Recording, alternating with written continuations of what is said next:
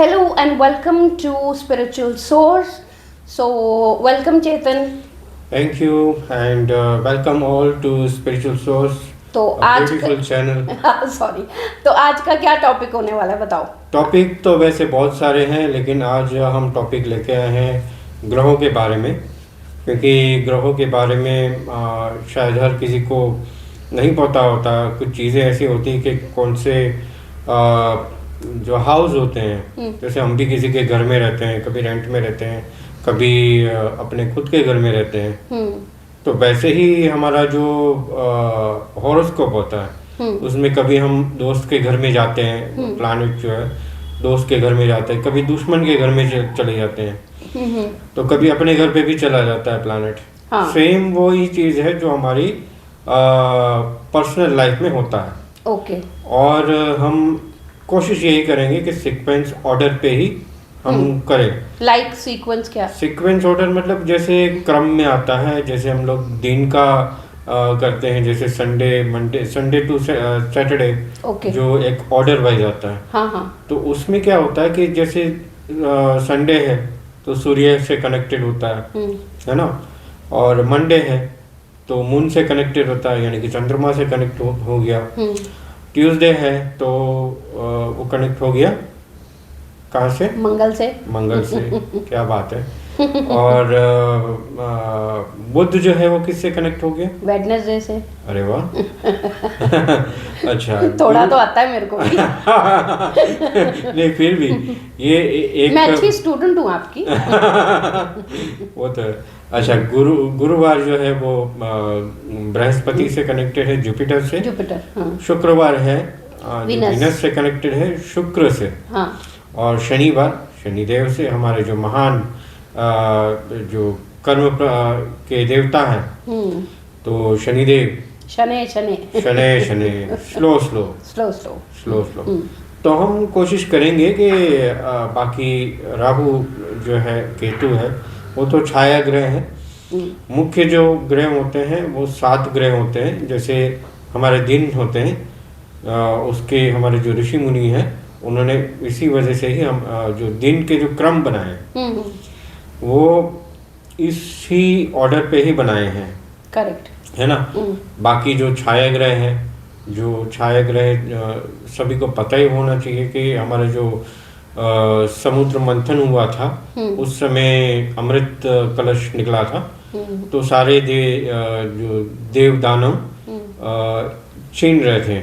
जिसमें हम कुंभ मेला लगता है ना, उसके कारण से ही लगता है। अच्छा। कि अमृत जहाँ जहाँ पे भी गिरे थे, उनकी बूंदे गिरी थी, वहाँ पे कुंभ का मेला लगता है। ओके।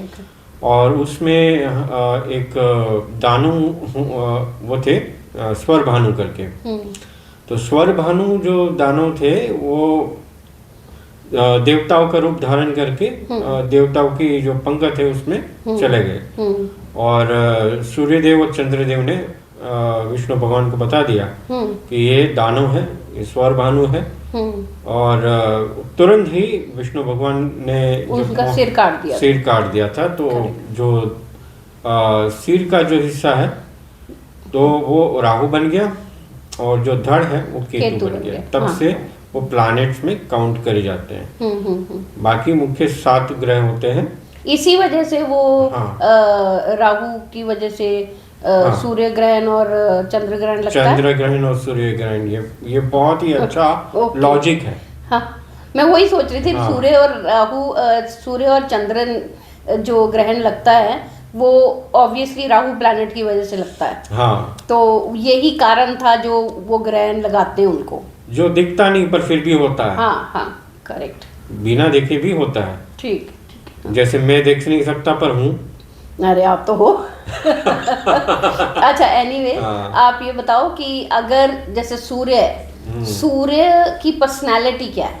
अगर हम सूर्य से शुरू कर रहे हैं आज। सूर्य की पर्सनालिटी आपके क्योंकि हम जो भी चीज़ें बताएंगे आम जिंदगी में, जो चीज़ें होती हैं जो आपके आसपास है, हम उसी से कनेक्ट करके ही बताएंगे। सूर्य यानी कि आपका घर का मुखिया, करेक्ट, घर का लीडर, जैसे ग्रहों में जो कौन लीडर होता है? सूर्य है। सूर्य है। क्योंकि सूर्य की ऊर्जा से ही सारे प्लैनेट्स चलते हैं, गतिमान होते हैं। तो इसी प्रकार से हमारे जो परिवार है, हमारे परिवार में जैसे हमारे ज़्यादा करके हम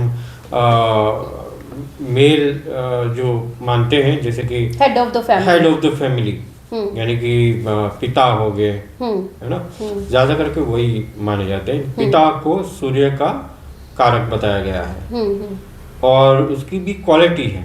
ठीक है। क्यों कारक बनाया गया है? क्योंकि उनके अंदर लीडरशिप क्वालिटी है। अभी उसमें अच्छा भी है, बुरा भी है। एक लीडर अच्छा भी हो सकता है, लीड भी कर सकता है और मिसलीड भी कर सकता है। करेक्ट है ना?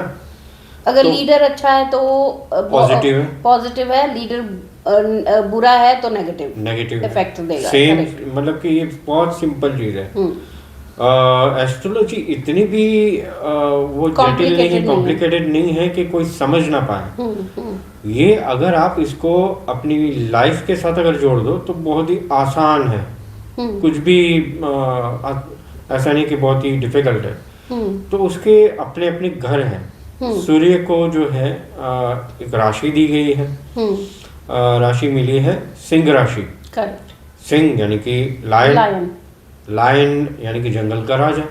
वहीं पे कनेक्ट हो गया वापस, जंगल का राजा। ट्रू है ना? अब राजा जब होता है वो डोमिनेटिंग होता है, कंट्रोलिंग होता है, ईगो होती है उसमें, ईगो होती है। ये तो सब जानते हैं। करेक्ट। लेकिन एक राजा ऐसा भी होता है कि जो मतलब कि भोग विलास में भी पड़ा रहता है। हाँ। उनको कुछ पड़ी नहीं होती है, वो नेगेटिव होते हैं। नेगेटिव हो गया। हाँ। अब जहाँ जहाँ पे भी राजा जो है, क्योंकि ग्रहों में एक दिन में 1 डिग्री चलता है।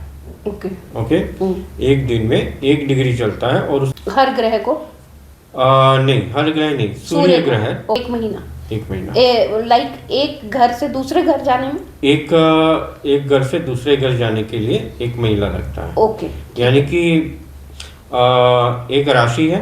हाँ। यानी कि एक हाउस है। ठीक है। उसमें ही राशि होती है। ठीक है। जैसे हम लोग जानते हैं मेष राशि से लेके मीन राशि। करेक्ट। इंग्लिश में कहे तो एरिस से लेके पाइसिस तक। हाँ। करेक्ट।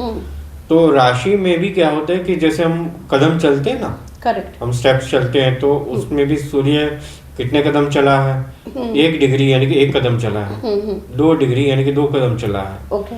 तो हर घर की एक कदम फिक्स होते हैं। ओके। और वो 30 कदम होते हैं, यानी कि 30 कदम यानी कि 30 डिग्री होते हैं। ठीक है। तो हर प्लैनेट को 30 डिग्री चलना ही चलना है एक घर में। ओके। ठीक है। तो सूर्य को 1 कदम चलने के लिए 1 दिन लगता है, यानी कि 1 डिग्री लगती है।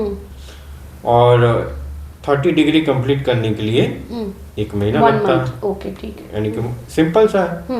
उसमें हमने सुना है, कई सारे सब लोगों ने सुना है संक्रांति। हाँ, है ना?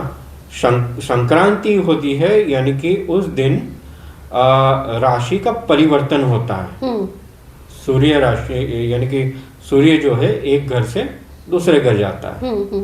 क्योंकि उनको तो सबकी खबर लेनी होती है। करेक्ट। कौन क्या कर रहा है। ठीक है। तो हम उसी ऑर्डर वाइज हम जाएंगे, यानी कि 1st हाउस से लेके 12th हाउस। अच्छा, अभी जो हम ये वीडियो में 1st हाउस से 12th हाउस तक सूर्य का कवर कर रहे हैं, वो हमारी एक जनरल प्रेडिक्शन है। General prediction. वो हमारी प्रॉपर राशियों के हिसाब से, या सूर्य को कितना कौन देख रहा है, कौन सी दृष्टि पड़ रही है, दशा वगैरह के हिसाब से नहीं बता रहे हैं। बिकॉज हर हॉरोस्कोप का एक कस्टमाइज हॉरोस्कोप होता है ना चेतन? हाँ, क्योंकि अभी आप ये हम जनरल प्रेडिक्शन बता रहे हैं। कौन से दिन में, कौन से वार, कौन से महीने में और कौन से समय में पैदा हुए हैं, है ना? उस टाइम पे आपकी जो प्लानिटरी पोजीशंस क्या थी, करेक्ट, उसके अकॉर्डिंगली वो आपका प्रेडिक्शन आएगा और मेरा प्रेडिक्शन अलग आएगा। ऐसे करोड़ों लोग हैं, उनका सबका अलग अलग होता है। लेकिन ये सिर्फ नॉलेज, ये आपको सिर्फ नॉलेज देने के लिए कि सूर्य अगर फर्स्ट हाउस में होगा तो वो उसका क्या इम्पैक्ट असर होगा, सेकंड में होगा तो क्या, ऐसे 12 घर में सूर्य के बारे में बताएंगे। तो अब स्टार्ट करें फर्स्ट हाउस से, लग्न। हाँ, अभी लग्न और ये सारी जो चीज़ें हैं ना, बेसिक से समझते हैं। ये जो सारी चीज़ें हैं ये हमारी जिंदगी है, जैसे हमने शुरुआत से ही कहा।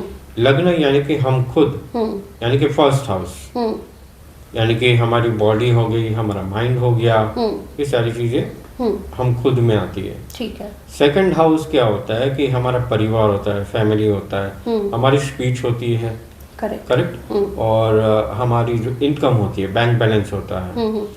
ठीक है, पहले ये चीज़ें समझते हैं, उसके बाद में, क्योंकि ये आसानी से समझ आएगा, नहीं तो नहीं समझ आएगा। थर्ड हाउस जो होता है वो आपका कम्युनिकेशन आता है, शॉर्ट ट्रैवल, ओके, आपका पराक्रम भी हो सकता है, आपके सिबलिंग्स भी हो सकते हैं, ये चीज़ें होती है। फोर्थ हाउस आपका घर हो गया, ओके, फोर्थ हाउस आपका घर हो गया, माता का भी होता है, मदर, है ना। और फिफ्थ हाउस आपके बच्चों का भी हो सकता है, एजुकेशन हो सकता है, ओके। और फिफ्थ हाउस ऐसा भी माना जाता है कि जो पिछले जन्म के पाप और पुण्य जो होते हैं, पास्ट कर्म जो होते हैं, वो यहाँ पे भी आपका कौन सा प्लैनेट कितना पॉजिटिव है, कितना नेगेटिव है, और उसकी जब महादशा या अंतर्दशा जब चलती है तो आपको कैसा रिजल्ट देता है, वो यहाँ से। क्योंकि हम लोग अभी देखेंगे, अभी मैं ब्लाइंड हूँ और आप व्हीलचेयर पे हो, पर हम एक्सेप्ट कर रहे हैं कि हमारी ये चीजें हैं, अभी है तो है, हम उसको डिनाई नहीं कर सकते, वो एक्सेप्ट पर अगर इसको क्रिप करके हम करेंगे तो वो चीजें हम ले नहीं पाएंगे। हाँ, वो तो है, करेक्ट, एक्सेप्ट करना चाहिए, जो चीजें हैं वो है उसका। फिर पंचम भाव हो गया, उसके बाद में सिक्स्थ हाउस, रोग, ऋण और रिपु। तो यानी कि शत्रु हो गए, आपके कर्ज हो गए, इसमें सेवा का भी आ जाता है, बीमारियां हो गई, हाँ, बीमारियां हो गई, सेवा का भी माना जाता है, सेवा का भी होता है, जॉब का भी माना जाता है, ओके, ठीक है। सप्तम भाव बिजनेस का हो गया, मैरिज का हो गया, पार्टनरशिप का हो गया, क्योंकि मैरिज का भी पार्टनरशिप ही आता है। हाँ, वो तो है। आजकल लोग पार्टनरशिप टेम्पररी भी होती है, पार्टनरशिप परमानेंट भी होती है, कॉन्ट्रैक्ट बेस भी होता है। तो ये तो सबसे इम्पोर्टेंट घर है जो लोगों को जानना होता है कि हमारी शादी के बारे में बता दो, शादी वाला घर, यानी कि 7th हाउस हमारा शादी का घर, मारक भी होता है ये। लेकिन ये फिर भी हर घर जो है कार्मिक होता है आपका, ठीक है। और आपकी पत्नी का भी हो गया ये चीजें। और फिर अष्टम भाव, 8th हाउस, अचानक का, ऑल ऑफ सडन, अचानक से फायदा, अचानक से नुकसान, करेक्ट। और ये आपके इन लॉज का भी होता है, ओके, ठीक है। और इन लॉज का भी हो गया। और जैसे कि जितनी भी सारी जो चीजें होती हैं जो गहराई में होती है ना, जो गहराई, जैसे कि हम एस्ट्रोलॉजी कर रहे हैं, ज्योतिष में यानी कि गहराई है इसके अंदर, जितना आप डेप्थ में जाओगे उतने ज्यादा आपको हीरे मोती या इतने रतन आपको मिलेंगे, करेक्ट। नवम भाव एजुकेशन, यानी कि 5th हाउस जो है वो प्राइमरी एजुकेशन आता है, यानी कि स्कूल वगैरह, हाँ। 4th and 5th हाउस वो हो गया प्राइमरी एजुकेशन में भी आ जाता है, ठीक है। लेकिन 9th हाउस है वो हायर एजुकेशन आ जाता है, लाइक कॉलेज या कॉलेज के ऊपर, हाँ, ओके, कॉलेज से ऊपर, ठीक है। और ट्रैवलिंग का भी आता है, आपके फॉरेन ट्रैवल का भी माना जाता है, आपके फादर का भी माना जाता है। 9th and 10th, कई लोग 10th हाउस भी मानते हैं और कई लोग 9th हाउस भी फादर का मानते हैं, ठीक है, करेक्ट। 9th हाउस आपके गुरु का भी होता है, आप कितने धार्मिक हो, वो भी होता है, कल्चर का होता है। आप आप अपने धर्म को फॉलो करते हो, ये चीज़ें भी होती हैं। ठीक है। दशम भाव यानी कि 10th हाउस, वो आपके कर्म का, ये कर्म का स्थान है। आप क्या कर्म करोगे, पॉजिटिव नेगेटिव, या ऐसा वाक्य बार बार सुनने को मिलता है जिनका राहु 10 में, दुनिया उसके बस में, ऐसे हाँ। और ये वाकई में सही है। वो वर्कोहोलिक होता है। आगे और बातें करेंगे उसके बारे में, पर दशम भाव जो है कर्म का होता है। 11th हाउस यानी कि आपकी इच्छा का होता है। ठीक है, आपकी इच्छा होता है, आपके दोस्त होते हैं, आपके रिश्तेदार होते हैं। और 12th हाउस मोक्ष का होता है, बेडरूम का होता है, शयन सुख का होता है। ठीक है, और फॉरेन का भी माना जाता है, विदेश यात्रा। हाँ, कितने लोग विदेश यात्रा करना चाहते हैं? हमारे पास ऐसे बहुत सारे क्वेश्चन आते हैं। हाँ, कमेंट में लिख के बताना। वीजा कब लगेगी?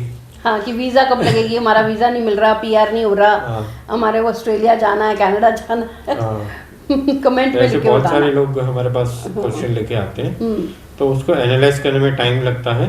एकदम से ये नहीं होता कि 2 मिनट का मैगी नहीं है। मैगी भी 2 मिनट में नहीं बनती। हर चार्ट को जो पर्सनली किसी का चार्ट देखना होता है, तो उसको प्रॉपर वे में चार्ट को देख के हम उसकी लमसम नहीं किया जा सकता, क्योंकि जिम्मेदारी का काम है, ये रिस्पॉन्सिबिलिटी का काम है, आपको ऐसे ही नहीं बताया जा सकता। हाँ, तो स्टार्ट करें। स्टार्ट हम करते हैं अभी। आई होप सभी को ये चीजें समझ में आ गई। बेसिक अभी मैंने ऊपर से बताया। मैंने कहा था ना कि जितनी गहराई में जाएंगे उतना ही बहुत ज्यादा कुछ मिलेगा। और बात करते हैं सूर्य प्लैनेट से। भगवान सूर्य को नमस्कार करते हुए, तो ओम सूर्याय नमः। तो सूर्य जब पहले घर पे आता है, तो क्योंकि जैसे मैंने कहा कि ये हमारा सेल्फ हाउस होता है, खुद का, उनका अगर फर्स्ट हाउस में सूर्य आता है, तो पहली चीज की उनके अंदर शरीर में गर्मी बहुत होती है, क्योंकि सूर्य की गर्मी जो है वो ज्यादा होती है। सूर्य itself it's hot planet, correct. उनका दिमाग भी गर्म रहता है, ओके। शॉर्ट टेम्पर होता है, ईगोइस्टिक होता है, लीडरशिप क्वालिटी होता है, और ओसीडी भी होता है उनको। ये चीज यहाँ पे ही होनी चाहिए। और अगर उनकी, मेरे को भी है ओसीडी, तो हाँ, वो क्योंकि मेरी सूर्य की राशि लग्न में है, इसीलिए। आपकी सूर्य की राशि लग्न में है, वो भी प्रभाव पड़ता है। हाँ, लेकिन फिलहाल हम सूर्य प्लैनेट की बात कर रहे हैं, करेक्ट, क्योंकि वो एक अलग टॉपिक है। हाँ, ठीक है। तो सूर्य जब पहले घर पे आ जाता है, तो उनके अंदर गुस्सा बहुत आता है ना। और उनका जो बॉडी का जो हिट है, इंटरनली उसकी जो बॉडी की तासीर होती है, गर्म होती है, ये कहना चाहते हो? हाँ, और उनका जो बॉडी की जो बनावट भी होती है, वो बहुत ही स्ट्रांग रहता है। स्ट्रांग, हाँ, हाइट बॉडी एकदम, ब्रॉड शोल्डर्स होते हैं उनके, है ना। और जैसे क्षत्रिय जैसे होता है, वॉरियर टाइप होता है, ठीक है, एकदम ऐसी पर्सनैलिटी आती है। अब सेकंड हाउस में जब सूर्य जाएंगे, तो सेकंड हाउस में जैसे मैंने कहा कि स्पीच का होता है, आपकी वाणी का होता है। जब सेकंड हाउस में आता है ना, तो उनकी वाणी में एक आपको लगेगा कि ये काफी एग्रेसिव उनकी स्पीच है, लेकिन ऐसा नहीं है। उनकी स्पीच जो है, उनकी वाणी ऐसी होती है कि वो उनका जो बोलने का जो भाव होता है, यानी कि आवाज होती है, करेक्ट, वो मोटी आवाज होती है उनकी, क्योंकि राजा होता है, डोमिनेटिंग। सेम चीज आ गई। अब क्योंकि ये वेल्थ का भी हो गया, मनी का, तो वो मनी को काफी मैनेज करके रखता है, यानी कि अच्छी तरीके से वो मैनेज करता है। अच्छा। और फैमिली में थोड़ा सा एक वो क्या कहते हैं कि लीडरशिप वो रहता है उनका कि डोमिनेटिंग कह लो आप, है ना, और कंट्रोलिंग। और जब सूर्य, जब एक चीज है कि जब सूर्य प्लैनेट जो है सेकंड हाउस में आ जाता है तो उनको ऐसा होता है कि मैं तीखा खाने का मन करता है, स्पाइसी खाने का मन करता है, ऐसी चीजें खाने का मन कर जाता है। नॉन वेज खा सकता है वो, है ना। अब थर्ड हाउस में आ गया तो वो हो जाता है कि कर्म जो होता है, जैसे कि हार्ड वर्किंग करने वाला हो गया, हाँ, है ना,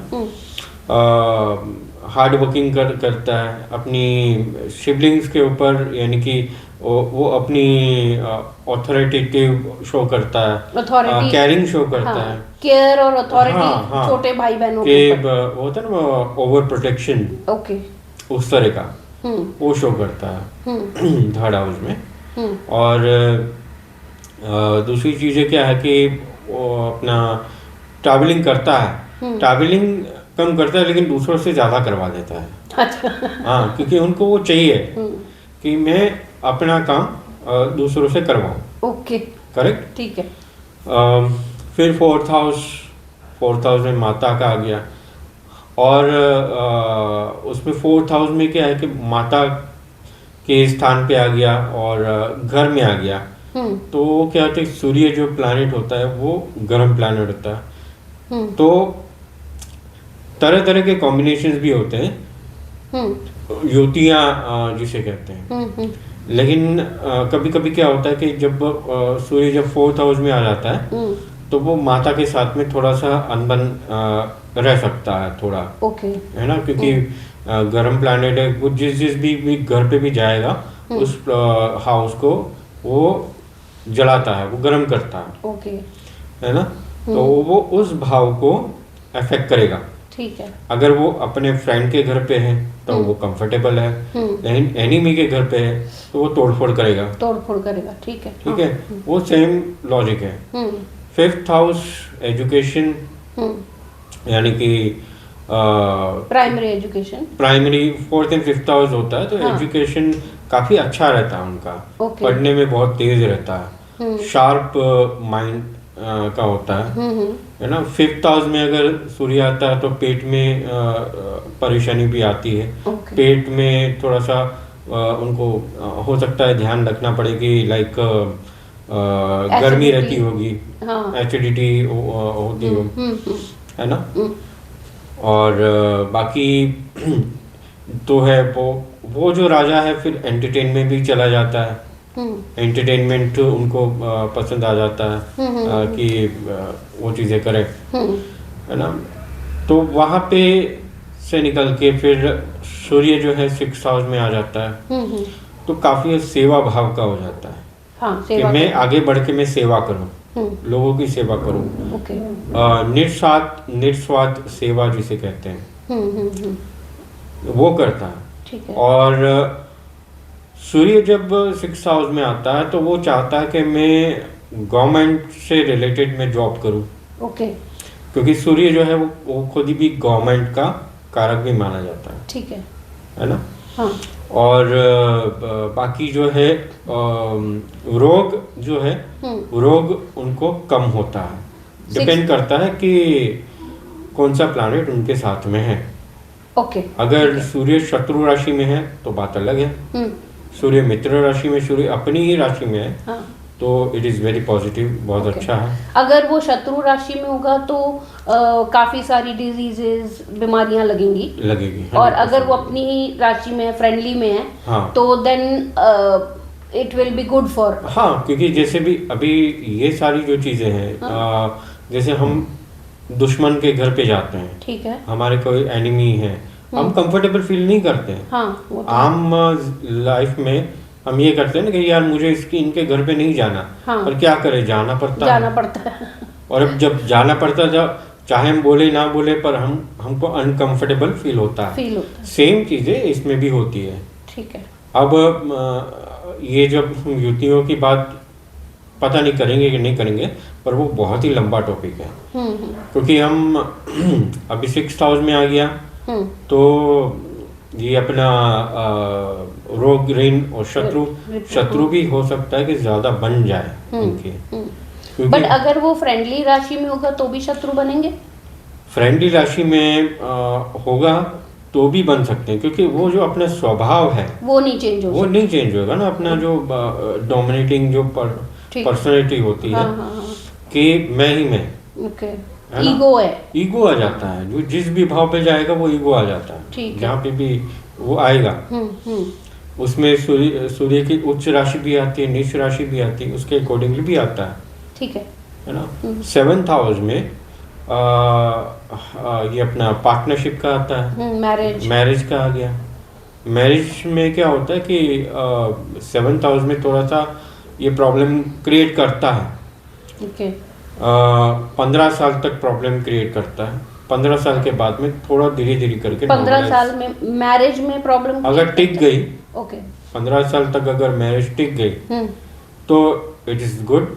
बट अगर नहीं टिकी तो मतलब कि ब्रेकअप भी हो जाता है, ये प्रॉब्लम भी हो जाता है। हाँ, डिवोर्स भी होने के चांसेस है, क्योंकि same with partnership, business partnership. Yes, क्योंकि ये पार्टनरशिप का है और उसमें ये आता है। ठीक है। क्योंकि सूर्य जो है गर्म प्लैनेट है, वो जिस भी घर पे जाएगा उसको गर्म करेगा। अच्छा। उसको चाहे वो अपनी भी राशि में हो, पर उसका जो नेचर है, जो सूर्य की पत्नी जो है संध्या माता, वो भी उनका तेज सहन नहीं कर पाए थे, है ना। और हर कोई सहन नहीं कर पाता।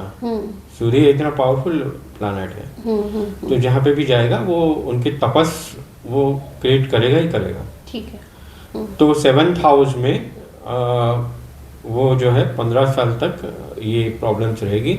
उसके बाद धीरे धीरे करके नॉर्मलाइज हो जाता है। ओके।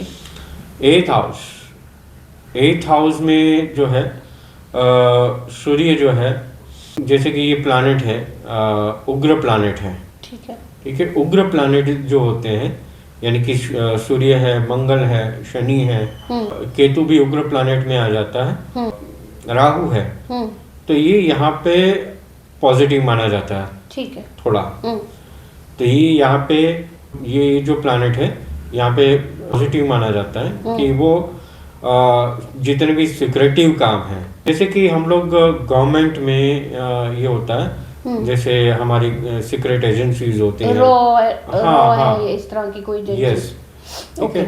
बट डिपेंड करता है कि गवर्नमेंट के लिए भी काम करें। डिपेंड ये भी करता है कि आपकी कौन से प्लैनेट्स की युति बनती है। ठीक है। अब ये 9वें घर पे जाएगा, तो ये सूर्य खुद धर्म का प्रतीक है, और धर्म का प्रतीक है तो और धर्म के घर पे भी जाएगा, यानी कि 9th हाउस में फादर का भी माना जाता है। तो यहाँ पे ज़्यादा कंफर्टेबल महसूस करता है। त्रिकोण में आ जाता है, यानी कि 159। हाँ। एक घर, पहला घर, 5वां घर और 9th हाउस, ये त्रिकोण में आता है। हाँ। केंद्र होता है 1, 4, 7, 10, ये केंद्र होता है, और त्रिकोण जो होता है वो 159 आता है। ठीक है। तो 9th हाउस में जो है वो अपना अच्छी लीडरशिप क्वालिटी, हायर एजुकेशन में आता है, और काफ़ी अच्छा रहता है। एजुकेशन वाइज अच्छा रहता है उनका काफ़ी। और 10th हाउस में जाएगा तो ये अपना कर्म जो है 10th हाउस में दिग्बली कहलाता है। ओके। 10th हाउस में सूर्य जो है दिग्बली कहलाता है, यानी कि मोस्ट पावरफुल पोजीशन। ओके। कि उनको कोई, जैसे कहता है ना कि कर्म के मामले में कोई हरा नहीं सकता, अनबीटेबल। तो वहां पे ज्यादा कंफर्टेबल हो जाता है। कर्म करना चाहते हैं, है ना, but same thing leadership quality. वो ऐसा काम नहीं करेगा कि मुझे छोटा मोटा काम नहीं करेगा, वो कुछ बड़ा ही करना चाहेगा। ठीक है। 11th हाउस में जो होता है कि अपनी जो दोस्तों के साथ में, हो सकता है कि दोस्तों के साथ में प्रॉब्लम रहेगी उनको 11th हाउस की वजह। हाँ, okay. दोस्तों और रिश्तेदारों के साथ में, क्योंकि बिकॉज उसका नेचर, हाँ, ईगो नेचर जो है उसकी वजह से। ठीक है। तो वो वहाँ पे थोड़ा सा प्रॉब्लम क्रिएट कर सकता है ना, क्योंकि उनकी जो इच्छा थोड़ी डिफरेंट टाइप की होगी। ओके, 12th हाउस मोक्ष का है, फॉरेन से रिलेटेड कोई काम करेगा, हो सकता है, काम कर सकता है, और डिपेंड करता है कि कौन से घर का, जैसे कि अगर फर्स्ट हाउस यानी कि मेष ये अपना सिंह राशि है और सूर्य है 12th हाउस में, तो उनको या तो मेडिटेशन करना चाहिए या तो फॉरेन में जाके काम करना चाहिए, या फॉरेनर्स के साथ में कांटेक्ट करके कोई काम करना चाहिए। ओके, तो ये रहा 1 से लेके 12 घर तक का सारा। ठीक है, अब आप लोगों को पता चल गया सूर्य का, चेतन ने सब बता दिया, फर्स्ट हाउस से 12th हाउस तक का। और इसके अलावा आपको कुछ बताना है कुछ, चेतन? इसके अलावा बोलना चाहूँगा कि अगर आप में से किसी को भी हॉरोस्कोप का एनालिसिस करवाना है या कुछ भी आपको गाइडेंस चाहिए, हीलिंग चाहिए, रेकी हीलिंग जो है, टैरो रीडिंग है ना, तो हम लोग उनके लिए कर देंगे। हाँ जी, जब अगर आपका कोई भी क्वेरी हो, या पर इट इज चार्जेबल। हाँ, यस, कोई भी आपकी क्वेरी हो, आपको कस्टमाइज अपनी रीडिंग करवानी है, आपका हॉरोस्कोप रीडिंग करवानी है, तो आप हमें कांटेक्ट कर सकते हैं। डिस्क्रिप्शन में हमारा इंस्टाग्राम आईडी और ईमेल आईडी दोनों दिया होगा, तो आप उनमें से हमारे को डीएम करें, ईमेल करें, एंड आप हमको कांटेक्ट कर सकते हैं। हमारे पेड सेशंस होते हैं, एंड आप डिटेल के लिए हमारे को कांटेक्ट कर सकते हो। नेक्स्ट वीडियो में अब हम लेके आएंगे मून चंद्र ग्रह के बारे में, कि चंद्र जब जैसे आज बताया कि 12 घरों में होता है, तो कैसे उसका क्या इफेक्ट होता है हमारी लाइफ पे। तो नेक्स्ट वीडियो में हम कवर करेंगे मून प्लैनेट। आगे चाहेंगे, और हम आशा करते हैं कि आपको ये वीडियो पसंद आया होगा, बहुत पसंद आया होगा और अच्छा लगा होगा। और अगर अच्छा लगा हो तो आप प्लीज़ लाइक करिए, शेयर करिए, कमेंट करिए, और जो नए लोग जुड़े हैं वो सब्सक्राइब करिए जी हमारे चैनल, और ज़्यादा से ज़्यादा शेयर करो अगर आपको अच्छा लगा अपने फ्रेंड्स और रिलेटिव्स के साथ, ताकि उनको भी नॉलेज मिले इस चीज़ की। हम लोगों का सिर्फ एक छोटा सा एफर्ट है कि हम आपको नॉलेज दें इस चीज़ के बारे में, एस्ट्रोलॉजी। बीच में मैं चाहता हूँ कि हम लोग न्यूमरोलॉजी का भी कुछ हाँ, न्यूमरोलॉजी के भी वीडियो बनाएंगे हम, तो वो भी बनाएंगे, क्योंकि एस्ट्रोलॉजी इतना वास्ट सब्जेक्ट है कि आई थिंक ये वीडियो बहुत लंबा हो गया होगा बहुत लंबा हो गया होगा। सो बट नॉलेज के लिए हमारे को डिटेल में ये आपको करके बताना ही था, तो हमारी तरफ से एक छोटा सा एफर्ट है। इसी के साथ अब हम ये वीडियो दें, और अगर आपको अच्छा लगा हो तो please like, share and subscribe, and आपको कोई भी क्वेरी हो तो प्लीज़ कमेंट करिएगा। Thank you so much. जय श्री राम। जय श्री राम।